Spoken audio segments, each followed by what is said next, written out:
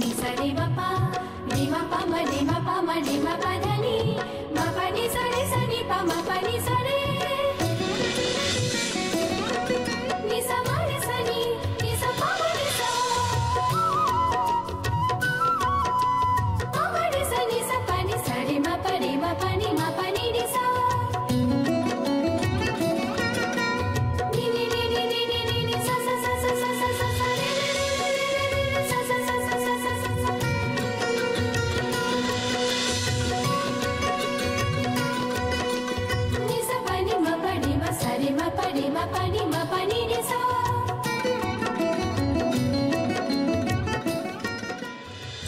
ছোট মা, এই মেয়ে তো দিব্যি সবকিছু সামলে নেবে।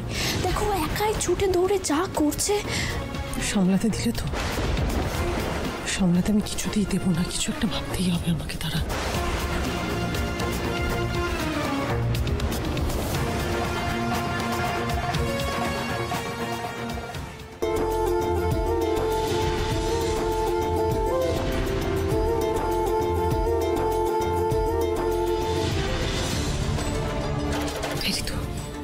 একটা কাজ করতে পারবি?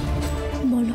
শোন, ওকে তো শর্ত দেওয়া আছে যে ও যদি ভোগ রান্নার সময় কথা বলে তাহলে সবটা পণ্ড হয়ে যাবে, অশুদ্ধ হয়ে যাবে ভোগটা। হ্যাঁ, তোকে একটা কাজ করতে হবে। তুই ওখানে গিয়ে ওকে কথা বলবি, মানে ওর সাথে কথা বলবি। হ্যাঁ, তুই যদি কথা বলিস তখন তো আর চুপ করে থাকতে পারবে না। ঠিক আছে?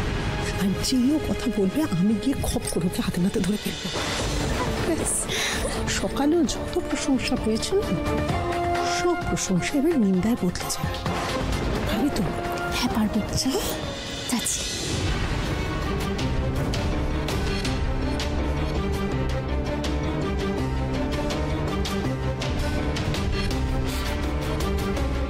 দেবী, দেবী তুমি কি রান্না করছো? আচ্ছা, তুমি এই খিচুড়ির পরে কি রান্না করবে? চাটনি রান্না করবে তো?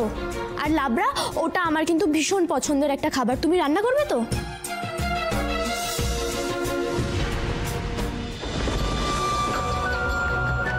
কি রে বাবা, মেয়েটা তো মুখে শব্দ করছে না। আচ্ছা দেবী, তুমি এটাতে কি কি মশলা দিলে? আরে আমি অত ইশারা বুঝতে পারছি না, কথা বলো, আমি বুঝতে পারছি না তুমি কি বোঝাতে চাইছো।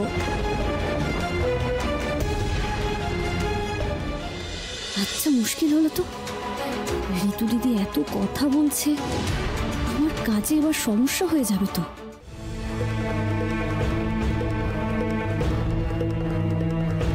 আরে কি বোঝাচ্ছ বুঝতে পারছি না তো, মুখে বলো না।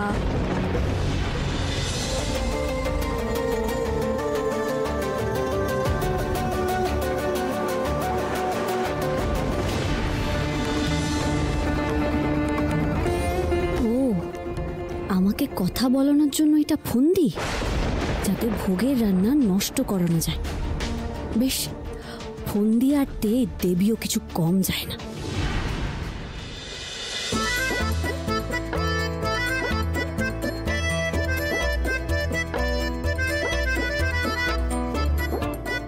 দূর, তুমি তো কিছুই বলছো না।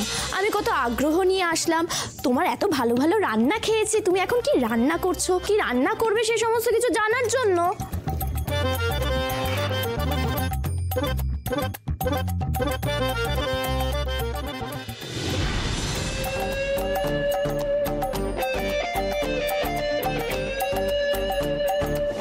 কি হলো দেবী, কিছু বলছো না কেন? কথা বলো।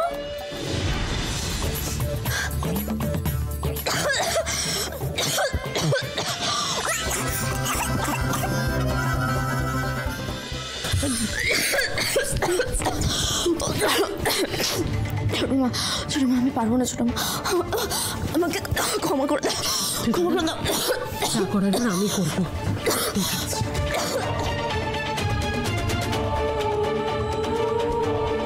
দেবী, দেবী আমি বলছিলাম খিচুড়িটার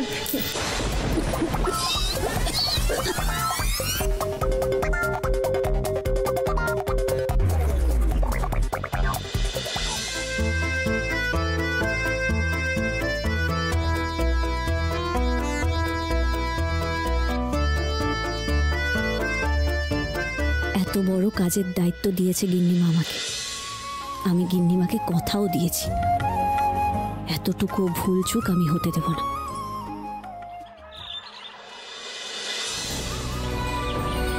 উপপাড়ার বড় জমিটা নিয়ে গোলমাল হচ্ছে, আজ ওখানে গিয়ে ফেসলা করতে হবে। দেখ দেবু, এটা তুই ভালো বুঝিস, আমি তো বৈষয়িক ব্যবসা অত বুঝি না। এটা তোরা ছোটবাবু, আমরা তো আপনাদের বাড়ির দিকেই যাচ্ছিলাম। আজ তো মধুদিঘির বছরকার মিলন মেলা, রাজাবাবু আসবেন তো? ওনাকেই তো উদ্বোধন করতে হবে। আশেপাশের গ্রাম থেকে অনেকেই অংশগ্রহণ করতে আসছে।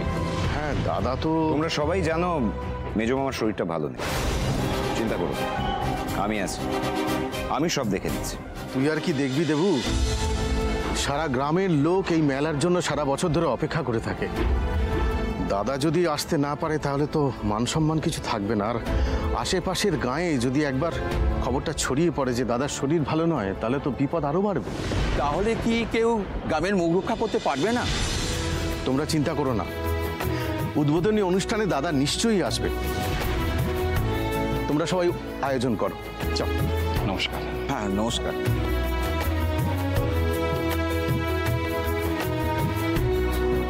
ছোট মামা, এটা তুমি কি বললে? মেজো মামার শরীরের যা অবস্থা, তাতে মেজো মামা কি সত্যি সত্যি পারবে?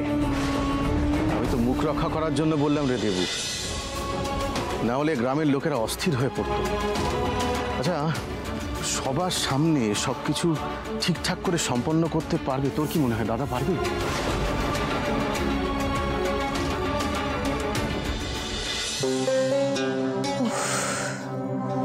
অনেকক্ষণ রেস্ট নেওয়া, এবার শরীরটা একটু বেটার লাগছে।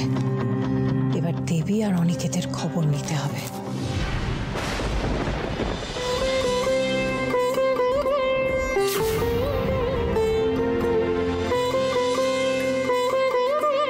দেবী, গিন্নিমা, রান্না বান্না কত দূর এগোলো? হয়ে গেছে, আমি এটা রেখে আসছি। হ্যাঁ, আচ্ছা, সাবধানে যাও। এই তো গিন্নিমা।